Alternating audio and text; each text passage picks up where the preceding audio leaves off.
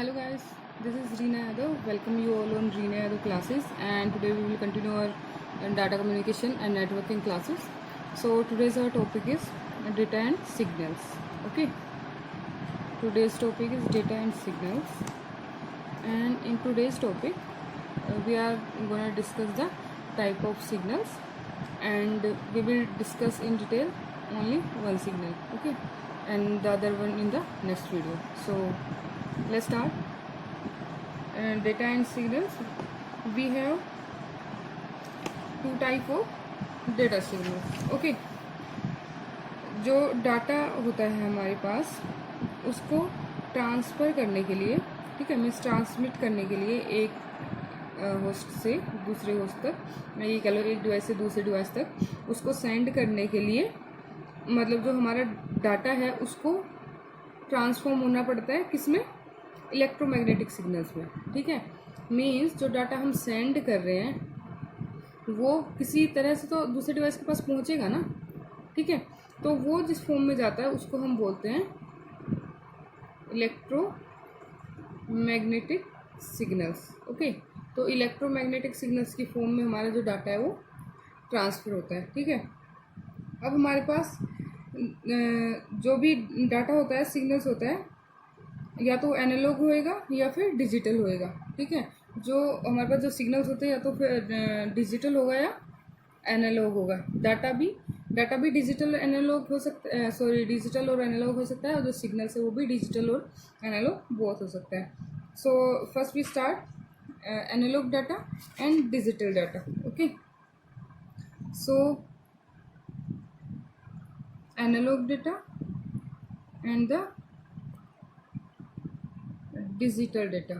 Okay, analog data refer to the information that is continuous. Okay, means analog data में कौन सी information होती है जो कंटिन्यू होती है। ठीक है, जैसे कि हमारी वॉल क्लॉक, ओके, जिसमें कि यहाँ पे हमारे पास 3 जो होती हैं, क्या बोलते हैं उनको, सॉरी, जो हमारे पास वॉल क्लॉक होती है, ओके, 3 हैंड्स जिसमें होते हैं हमारे पास, मिनट का होता है, एक सेकंड का होता है, एक आवर्स का होता है। ठीक है, 3 हैंड्स बने होते हैं ना हमारे जो वॉल क्लॉक होती है उसमें, तो वो हमारी कंटिन्यूस चलती रहती है। ठीक है, तो उसको हम बोलते हैं एनालॉग डाटा। ठीक है, वो कंटिन्यूसली हमारी ऐसे चलती रहती है, तो उसको हम बोलते हैं एनालॉग डाटा।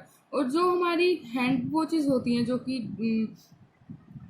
जैसे जो डिजिटल फॉर्म में होती हैं, ठीक है, जैसे कि अगर 8:05 हुए हैं, जो ऐसा ऐसा शो करती है, ठीक है, वो वाली डिजिटल वाली घड़ी जो होती है, ठीक है, हाथ हैंड वॉच होती है जो डिजिटल वाली, वो कुछ इस तरह से दिखाती है। ठीक है, तो वो जो डिजिटल फॉर्म में जो डाटा रिप्रेजेंट करती है वो होता है हमारा डिजिटल डाटा।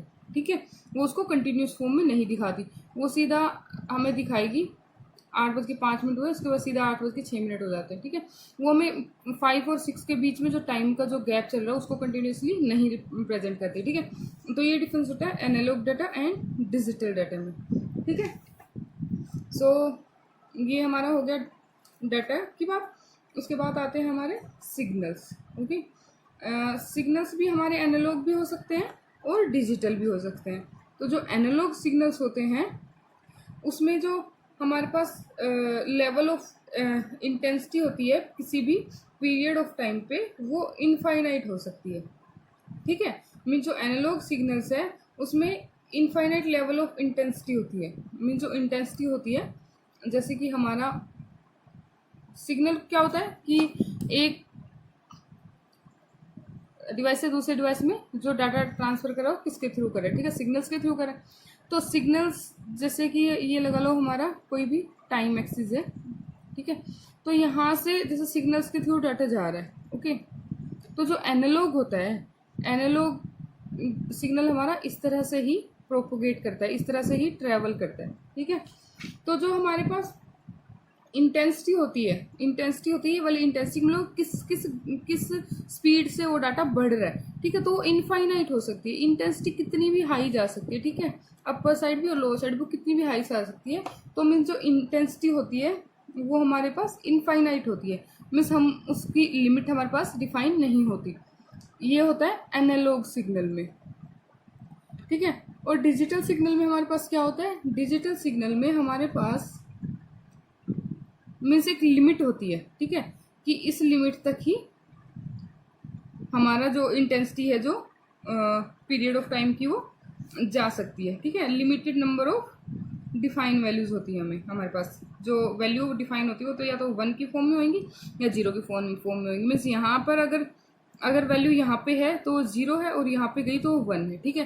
तो मीन्स ये सिर्फ यहाँ पे इसकी लिमिट हमारे पास डिफाइन होती है इंटेंसिटी की, और यहाँ जो एनालॉग होता है वहाँ पे इंटेंसिटी की जो वैल्यू वो हमारे पास डिफाइन नहीं होती है, ठीक है। ओके, सो ये हमारे पास थे सिग्नल्स, एनालॉग एंड डिजिटल। अब हम डिस्कस करेंगे जो एनालॉग सिग्नल है हमारे पास वो किस तरह से वर्क करते हैं और वो उसकी जो करेक्टरिस्टिक्स है वो क्या है। आज के लेक्चर में हम एनालॉग सिग्नल्स को ही जो है डिस्कस करेंगे, ठीक है। तो एनालॉग सिग्नल्स में हमारे पास क्या होता है, हमारे पास जैसे कि सिग्नल्स है वो 2 टाइप के होते हैं, एक तो ये डिजिटल और ये एनालॉग। ये तो सिर्फ हमने टाइम बता दिया, बट अगर ये तो टाइप बता दिया कि किस टाइप का होता है। अगर पीरियड की बात करें, टाइम की बात करें, टाइम के बेसिस पे अगर हम डिवाइड करें सिग्नल को, टाइम के बेस पे अगर डिवाइड करें तो वो पीरियोडिक हो सकता है, नॉन पीरियोडिक, ठीक है। पीरियोडिक और नॉन पीरियोडिक, ओके। तो पीरियोडिक सिग्नल है वो मतलब किसी भी टाइम फ्रेम में हम उसको मेजर कर सकते हैं। जो नॉन पीरियोडिक होता है उसको हम मतलब बिना किसी टाइम बाउंडेशन के जो है रिपीट होते रहते हैं, ठीक है। इसमें हमारे पास जो टाइम फ्रेम है वो गिवन होता है, बस यही डिफरेंस था पीरियोडिक एंड नॉन पीरियोडिक, ठीक है। जो पीरियड है मीन्स जो सिग्नल के ट्रैवल करने का पीरियड है वो यहाँ पे डिफाइन होता है और यहाँ पे डिफाइन नहीं होता है। तो जो डाटा कम्युनिकेशन है उसमें हम मेनली, वैसे तो जो हमारे सिग्नल्स हैं एनालॉग और डिजिटल, वो बोथ को ही फॉलो करते हैं, पीरियोडिक को भी और नॉन पीरियोडिक को भी, ठीक है। एनालॉग सिग्नल है वो पीरियोडिक भी हो सकते हैं, नॉन पीरियोडिक भी। ऐसे ही डिजिटल सिग्नल पीरियोडिक भी हो सकते हैं, नॉन पीरियोडिक भी। But in data communication we commonly use periodic analog signal and non periodic digital signal, ठीक है। मीन्स जो डाटा कम्युनिकेशन है उसमें हम क्या करते हैं, जो पीरियोडिक है उसकी टर्म में तो हम एनालॉग को यूज करते हैं, जो नॉन पीरियोडिक है उसकी टर्म में हम यूज करते हैं डिजिटल सिग्नल्स को, ओके। सो मिस ऐसा जरूरी नहीं है कि इन्हीं पे काम करेगा, नहीं, हम सिर्फ डाटा कम्युनिकेशन की बात करें कि जो हमने डाटा कम्युनिकेशन की जो भी मिस अपनी स्टैंडर्ड्स जो डिफाइन किए वो हम ये मान के करते हैं, ठीक है, कि जो पीरियोडिक है वो एनालॉग सिग्नल है और नॉन पीरियोडिक है जो वो डिजिटल सिग्नल्स है, ठीक है। तो जो हमारे पीरियोडिक सिग्नल्स है, पीरियोडिक एनालॉग सिग्नल, ये जो पीरियोडिक एनालॉग जो सिग्नल्स है वो हमारे फर्दर सिंपल भी हो सकते हैं और कंपोजिट भी। जो पीरियोडिक एनालॉग सिग्नल हो गए ना, पीरियोडिक एनालॉग हो गए, नॉन पीरियोडिक डिजिटल हो गए, ठीक है। तो जो पीरियोडिक एनालॉग सिग्नल्स हमारे पास हैं वो सिंपल भी हो सकते हैं और कंपोजिट भी हो सकते हैं, ठीक है।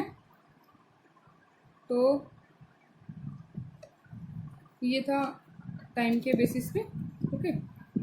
सो एक हमारे पास टर्म आती है sine wave, okay, sine wave. ये जो टर्म यूज होती है ये हमारी यूज होती है पीरियोडिक एनालॉग सिग्नल्स के लिए, ठीक है। पीरियोडिक एनालॉग सिग्नल्स के लिए हमारी टर्म यूज होती है sine wave. Sine wave means जब हमारा जो टाइम एक्सिस है, ये वाला जिसको हम एक्स मान लेते हैं, जो टाइम एक्सिस है हमारा, इसके कोरस्पोंडेंस जो डाटा सिग्नल हमारा ट्रेवल कर रहा है, ठीक है, इसको हम यहाँ पे साइन वेव बोल रहे हैं। It is the most fundamental form of a periodic analog signal, कि जो हमारा पीरियोडिक एनालॉग सिग्नल है उसकी मोस्ट फंडामेंटल फॉर्म होती है, ठीक है। इसको हम बोल रहे हैं यहाँ पे साइन वेव, ठीक है। तो जो साइन वेव है उसके हमारे पास पैरामीटर्स होते हैं, साइन वेव के पैरामीटर्स होते हैं। मीन्स साइन वेव के पैरामीटर्स है मीन वो पीरियोडिक एनालॉग सिग्नल के लिए भी काम करते हैं, ठीक है। कि जो साइन वेव है, जो सिग्नल है, मीन जो फंडामेंटल सिग्नल है, मीन्स बस याद रखना कि ये जो हमारा सिग्नल जो ट्रेवल करता है एनालॉग सिग्नल, उसको साइन वेव बोल रहे हैं। तो जो साइन वेव है उसके पैरामीटर हमारे पास कौन कौन से हैं, तो साइन वेव के पैरामीटर्स हैं हमारे पास peak amplitude, frequency. First is peak amplitude, second is frequency, and the third one is phase. Okay, so ये हमारे पास पैरामीटर होते हैं साइन वेव के। मीन्स किसी भी एनालॉग सिग्नल को ट्रैवल करने के लिए हमारे पास 3 फेजेस होंगे। Which one, first one is the peak amplitude, the frequency and the phase. ठीक है, so let's discuss the first one which is peak amplitude. Okay, so amplitude क्या होता है? यहाँ से जो सिग्नल हमारा ट्रैवल कर रहा है, ठीक है, यहाँ से सिग्नल ट्रैवल कर रहा है हमारा टाइम के रिस्पेक्ट में। ओके, सो यहाँ पे जो ये इंटेंसिटी सिग्नल की यहाँ से बढ़ रही है, ठीक है, इंटेंसिटी बढ़ रही है, फिर यहाँ पे आके इंटेंसिटी घट रही है, ठीक है, लोअर जाएगी, फिर यहाँ से इंटेंसिटी फिर से इंक्रीज होना स्टार्ट हो जाएगी, ठीक है, यहाँ से यहाँ पे फिर से डिक्रीज हो जाएगी, ठीक है। तो ये जो पॉइंट है, जिस पॉइंट से हमारी जो इंटेंसिटी है, जो एम्पलीट्यूड है, वो जो डिक्रीज होना स्टार्ट करता है, उस पॉइंट को हम बोलते हैं पीक एम्पलीट्यूड, पीक एम्पलीट्यूड, ठीक है। Means A signal is the absolute value of इस हाईएस्ट इंटेंसिटी। तो जो इस सिग्नल की जो हाईएस्ट इंटेंसिटी है, ठीक है, इस वाले एक सिग्नल ये हो गया, दूसरा सिग्नल ये हो गया, तो ये जो इस वाले सिग्नल की जो हाईएस्ट इंटेंसिटी है वो होता है इसका पीक एम्पलीट्यूड, ठीक है।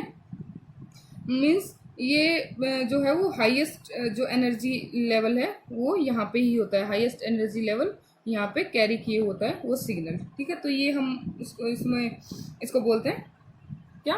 पीक एम्पलीट्यूड किसी भी सिग्नल का। ओके, ठीक है।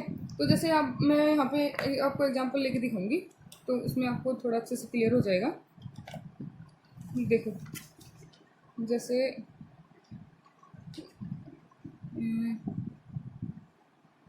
यहाँ पे बस ये टाइम पे विद रिस्पेक्ट यहाँ पे जा रहा है, ठीक है। तो एक सिग्नल तो हमारे पास हो गया ये वाला, ठीक है, दूसरा हमने ले लिया, दूसरा हमारे पास हो गया ये वाला, ठीक है। तो जो ये वाला पॉइंट है ये इसका पीक एम्पलीट्यूड है, और जो ये वाला पॉइंट है ये इस वाले बी सिग्नल का पीक एम्पलीट्यूड है, ठीक है। पीक का मतलब ये नहीं है कि हाईएस्ट वैल्यू कहीं पे भी नहीं, जो सिग्नल है उसकी हाईएस्ट वैल्यू, चाहे फिर वो सिग्नल कितना भी लो हो कितना भी हाई हो, बट उस जो लोवेस्ट हो या फिर हाईएस्ट हो, कुछ भी लो हो या सिग्नल हाई हो, अगर लो सिग्नल है तो लो सिग्नल में भी हाईएस्ट इंटेंसिटी कुछ ना कुछ तो होगी ना।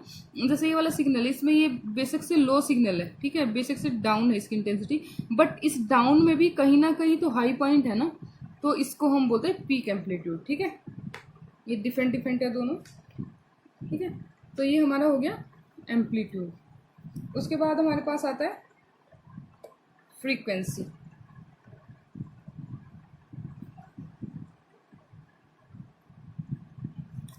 फ्रीक्वेंसी समझने के लिए हमें पहले एक टर्म समझनी पड़ेगी जिसको हम बोलते हैं क्या? पीरियड। ओके, पीरियड क्या होता है? Amount of time in second a signal need to complete a cycle. Okay, means एक किसी सिग्नल को अपना एक साइकिल कंप्लीट करने के लिए जितना टाइम लगता है, ठीक है, जितना टाइम लगता है सेकंड्स में, ठीक है। जैसे कि यहाँ पे ये सिग्नल है, यहाँ पे कोई भी सिग्नल है, यहाँ से सिग्नल चला, हम सिर्फ एनालॉग की बात करें यहाँ पे, ठीक है, note that point, we are talking about the analog signal only. So cycle कौन सा हो गया? ये यहाँ से स्टार्ट हुआ, ठीक है, 90 डिग्री गया, 180 डिग्री गया, फिर 270 गया, ये 360 पे दोबारा आ गया, तो ये हमारा एक साइकिल बन गया, ठीक है। अगर हम दूसरा साइकिल भी दिखाना चाहें तो देखो, ये फिर से गया, डाउन गया, और ये यहाँ पे पहुँच गया, तो ये हमारा 2 साइकिल बन गया। ऐसे ही फर्दर हम कर सकते हैं इसको, ठीक है। तो ये हमारा कंप्लीट एक साइकिल हो गया, ये दूसरा साइकिल हो गया। तो पीरियड क्या होता है कि ये जो साइकिल बना है इस सिग्नल का, ये पूरा जो साइकिल बना है, इस साइकिल को कंप्लीट करने के लिए जो हमें टाइम लगा है सेकंड्स का, लगा लो ये 1 सेकंड में कंप्लीट हो रहे हैं, ठीक है, ये भी हमारा 1 सेकंड में कंप्लीट हो रहा है, ठीक है।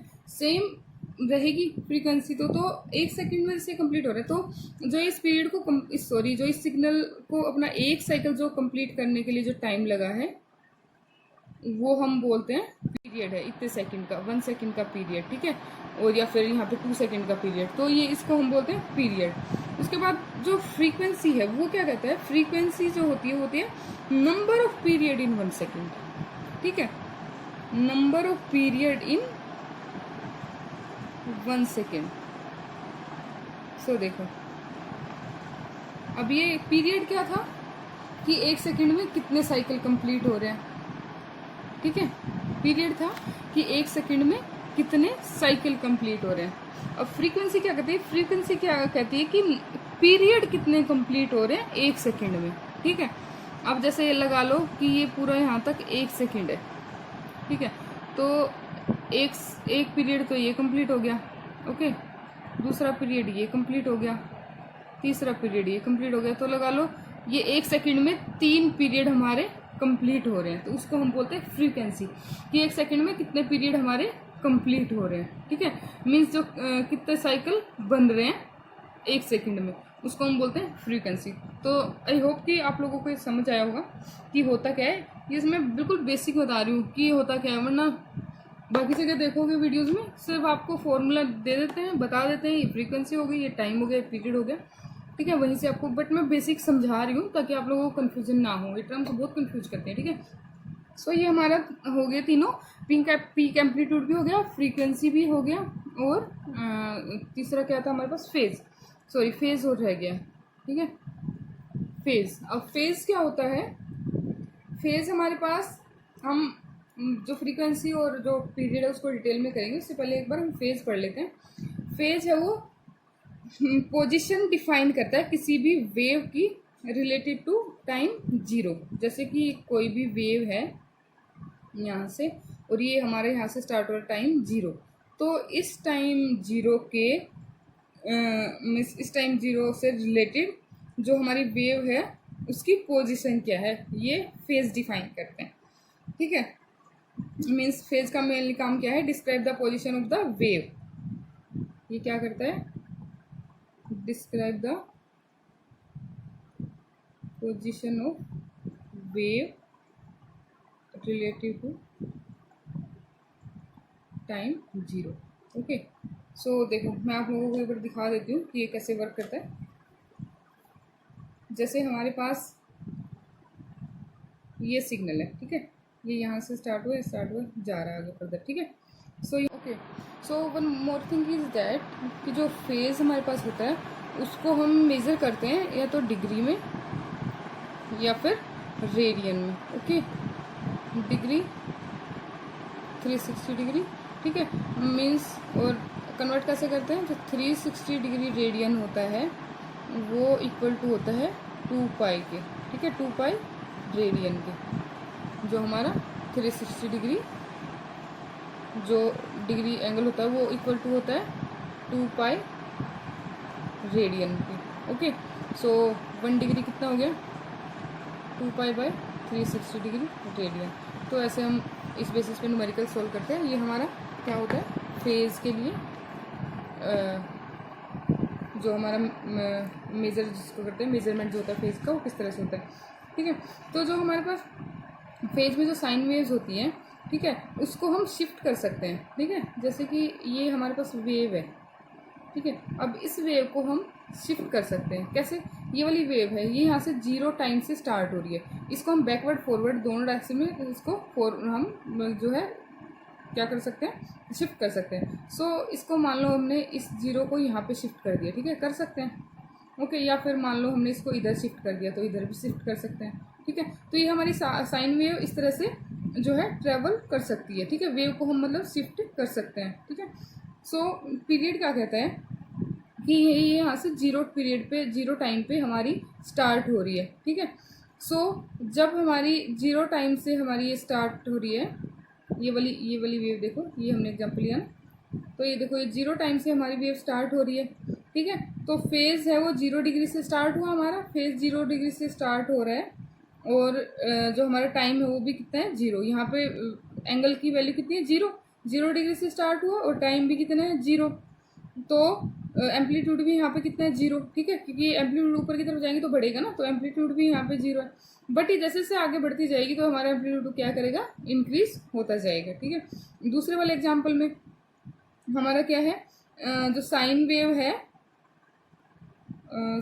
जस्ट सेकेंड, ये वाला मैं दोबारा से ड्रॉ कर लेती हूँ बड़ी।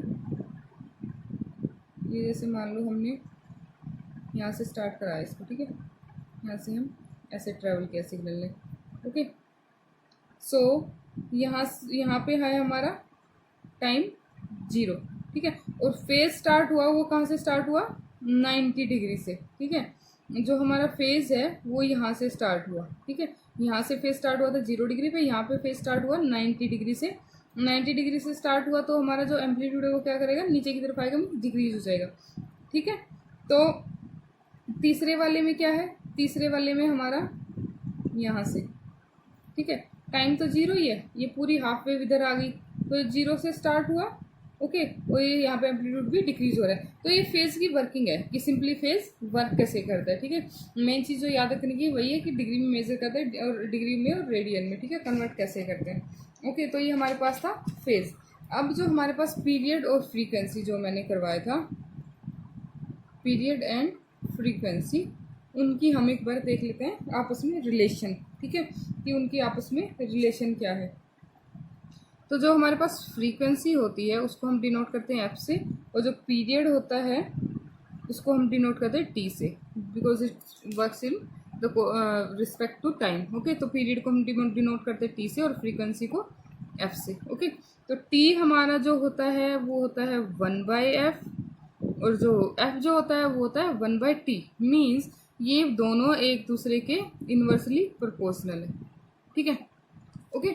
सो टी है वो 1/t, सॉरी टी है वो 1/f होता है, और एफ है वो 1/t है, ठीक है, मीन्स एक दूसरे के इन्वर्सली प्रोपोर्शनल, ओके।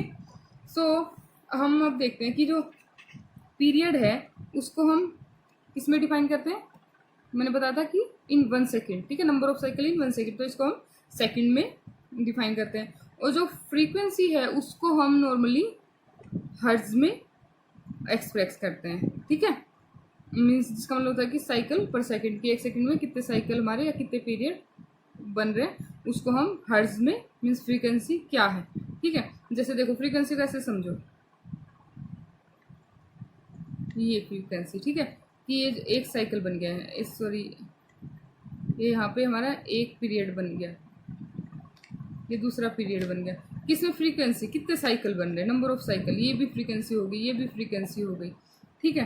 तो अगर देखो हमारी फ्रीक्वेंसी अगर हाई रहेगी, ठीक है, फ्रीक्वेंसी हाई मतलब ज़्यादा जब ऐसे ऐसे फ्रीक्वेंसी जो हाई रहेगी तो नंबर ऑफ साइकिल है वो कम रहेंगे, सॉरी ज़्यादा रहेंगे, और जब फ्रीक्वेंसी लो रहेगी तो नंबर ऑफ साइकिल जो है वो कम बनेंगे in same period of time, ठीक है। ये चीज़ तो समझ आ रही है ना, ओके। सो अब हम देखते हैं यहाँ पे जो इनकी यूनिट्स होती है हमारे पास पीरियड और फ्रीक्वेंसी की, उनको कन्वर्ट कैसे करते हैं। तो देखो यहाँ पे मैं एक आपके लिए टेबल बना दे रही हूँ, नोट कर लेना चाहो तो, ठीक है। ये हमारे पास है यूनिट, और ये किसके बराबर होती है इधर,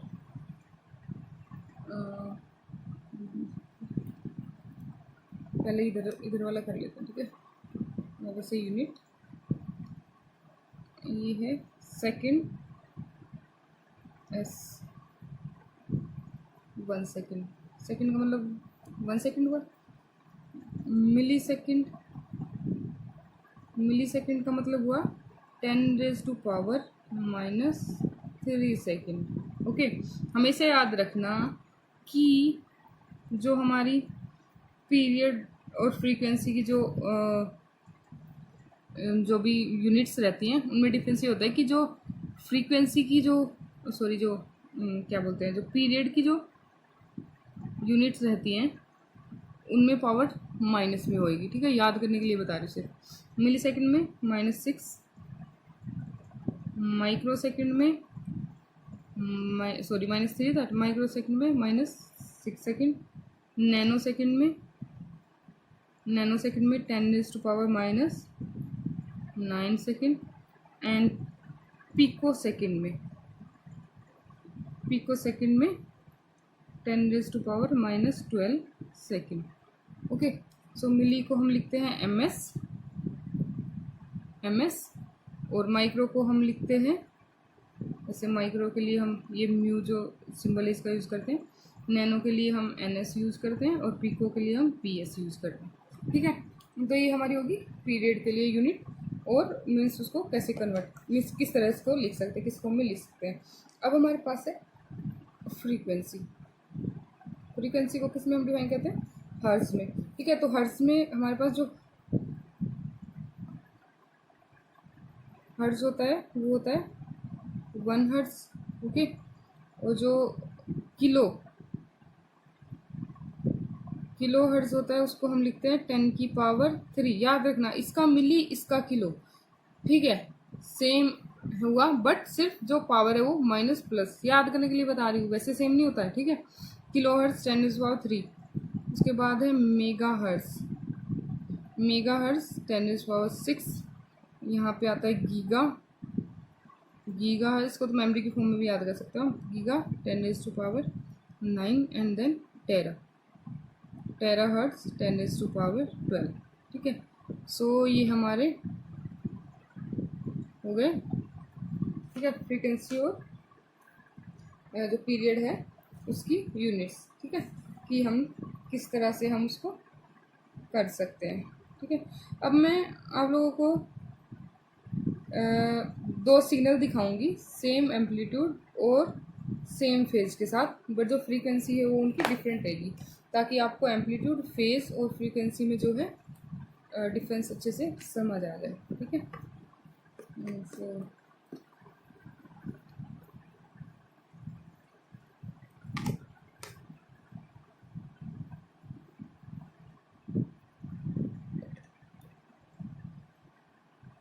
सो देखो, ये है हमारे पास 2 एग्जांपल, 2 वेव्स में यहाँ पे ले लूँ। ठीक है, ये इधर टाइम्स के कोरस्पॉन्डिंग हमारा बढ़ रहा है। ठीक है, तो यहाँ पे साइकिल फॉर्म कर लेते हैं। 1 साइकिल यहाँ पे हो गया, 2 साइकिल, 3 साइकिल, 4 साइकिल, चलो यहाँ पे 5 साइकिल हमारे बन गए। ठीक है, हमारे यहाँ पे कितने साइकिल बन गए, 5 साइकिल। ओके, 5 साइकिल बन गए हमारे पास, और ये कितने सेकंड में बने हैं, 1 सेकंड में। ये यहाँ पे है हमारे पास एम्पलीट्यूड, ये वाला। ठीक है, ये है एम्पलीट्यूड, ऐसे ये यहाँ पे एम्पलीट्यूड। ओके, ये यहाँ पे एम्पलीट्यूड है हमारे पास। तो देखो अभी यहाँ पे हमारे पास कितने पीरियड बन रहे हैं, 1 2 3 4 5 पीरियड। ठीक है, 5 पीरियड कितने सेकंड में, 1 सेकंड में। ठीक है, और उसकी फ्रीक्वेंसी भी कितनी हुई, 5। ठीक है, sorry 5 period in 1 second, 1 second में 5 पीरियड बन रहे हैं। ठीक है, तो इसकी फ्रीक्वेंसी कितनी हुई, 5। फ्रीक्वेंसी 5 बनी, तो पीरियड की वैल्यू कितनी हुई, 1/f मीन्स 1/5। ठीक है, ये हमारी पीरियड की वैल्यू हुई। अब देखो दूसरा हमारा देखो 1 2 3। ठीक है, ये सेम 1 सेकंड का हमारा जो है फेज था, कि यहाँ पे भी 1 ही सेकंड लग रहा है हमें। ठीक है, 1 सेकंड में हमारा जो कितने साइकिल कंप्लीट हो रहे हैं, 1 2 3, तो यहाँ पे 3 पीरियड है। कितने सेकंड में, 1 सेकंड में। तो यहाँ पे फ्रीक्वेंसी की वैल्यू कितनी हुई, 3। फ्रीक्वेंसी की वैल्यू 3 है, तो टाइम की, सॉरी जो पीरियड की वैल्यू है वो कितनी हुई, 1/3 सेकेंड। ठीक है, तो मीन्स जो फ्रीक्वेंसी है वो 1 सेकंड में इतनी भी हो सकती है। वो किस लिए, क्योंकि यहाँ पे जो हमारा जो एम्पलीट्यूड है वो हाई है। एम्पलीट्यूड हाई है मीन्स ज़्यादा साइकिल फॉर्म हो रहे हैं। मैंने बताया था ना कि अगर फ्रीक्वेंसी हाई रखोगे ठीक है। ये जो फ्रीक्वेंसी हाई रहेगी तो हमारी साइकिल फॉर्मेशन ज़्यादा रहेंगी। अगर फ्रीक्वेंसी लो जा रही है ऐसे, ठीक है, ऐसे लो फ्रीक्वेंसी जा रही है, ठीक है, लो एम्पलीट्यूड लो रह रहा है वेव्स का, सिग्नल का, तो फ्रीक्वेंसी लो होगी तो साइकिल भी कम फॉर्म होंगी। ठीक है, तो ये हमारा था क्या, फ्रीक्वेंसी और टाइम के पीरियड के बीच में रिलेशन। तो मैं आप लोगों को एक न्यूमेरिकल करा देती हूँ जिससे कि थोड़ा आपको क्लियर हो जाएगा। ठीक है, जैसे पेपर में आए हुए न्यूमेरिकल है, ऐसे ही नहीं उठा लिया मैंने। ठीक है, लगा लो हमारे पास फ्रीक्वेंसी की वैल्यू है 60 हर्ट्ज़। ओके, सो हमें यहाँ पे फाइंड करना है पीरियड फाइंड करो। ठीक है, सिंपल सा न्यूमेरिकल सोल्व कैसे होएगा, हमें पता है कि जो फ्रीक्वेंसी हमारे पास होती है वो होती है 1/t। ठीक है, और t जो होता है वो क्या था, 1/f। तो हमें यहाँ पे फ्रीक्वेंसी गिवन है। ठीक है, तो फ्रीक्वेंसी हमारे पास कितनी है, 60। सो क्या निकालना है, टाइम, तो t is equal to 1/f। So t is equal to 1/60। तो ये कितना हो गया, 0 पॉइंट कितने पे जाएगा, 016 0, हाँ ठीक है ना, 016, आगे कितने जाएगा, 5 पे 6 5, हाँ मिस, ठीक है 3 तक हम देखें तो इतनी इतनी वैल्यू हमारे पास ये आ गई। इसको सोल्व करके देख लीजिए। ठीक है, तो मीन्स ये हमारे पास वैल्यू आ गई। ये हमारे पास वैल्यू कितने में आई, सेकंड में। ठीक है, अब कोई हमसे कहे कि इसको मिली सेकेंड में निकालो, कि जो वैल्यू हमारे पास मान लो इस हमारे पास 0.0166 लगा लो आगे। ठीक है, तो अब कोई बोले इसको मिली सेकेंड में निकालो, ये तो हमारे पास सेकंड में वैल्यू आई, मिली सेकंड में कैसे कन्वर्ट करेंगे, पीछे टेबल में मैंने करवाया था। मिली सेकंड में कन्वर्ट करने के लिए क्या करना पड़ता है, 10⁻³ ठीक है, तो 1/f है ना, तो 1/10⁻³ तो इसके बाई में 10⁻³ कर देंगे। ठीक है, तो ये क्या हो जाएगा, 0.0166 इंटू 10⁻³ ऊपर जाएगा तो पावर प्लस हो जाएगी ना। ठीक है, तो ये 3 पॉइंट इधर हमारी वैल्यू आ जाएगी। जैसे अगर हमने किया इसको, लगा लो 1 1 2 3 1 2 3, तो ये शायद हमारी आ जाएगी 166। इसको सोल्व करके देख लेना क्या वैल्यू बनती है। ठीक है, मीन्स इस तरह से हमें जो वैल्यू है वो सोल्व कर लेनी है। ठीक है, तो ये हमारे फ्रीक्वेंसी और टाइम पीरियड के बीच में जो रिलेशन है वो मैंने आप लोगों को बता दिया है। तो ये मैंने आपको सिग्नल है जो एनालॉग सिग्नल वो कैसे वर्क करता है, किस तरह से सारा सिग्नल जो है वो चलता है। ठीक है, वो सारी चीज़ें मैंने आप लोगों को आज के इस लेक्चर में बता दी है। फेज भी मैंने आपको समझा दिया है। एक टर्म और रहती है वेवलेंथ, वो या तो नेक्स्ट पीरियड में कर लेंगे। ठीक है, वेवलेंथ ज़्यादा वैसे है नहीं, ब्रॉड है नहीं, बट चलो नेक्स्ट उसमें कर लेंगे हम लेक्चर में। ठीक है, तो आज के लेक्चर के लिए इतना ही। So till then take care, bye, and please subscribe कीजिए चैनल को एंड लाइक कीजिए, और अगर कोई क्यूरी है तो पोस्ट भी कीजिए कमेंट में। ठीक है, so bye, take care, have a good day.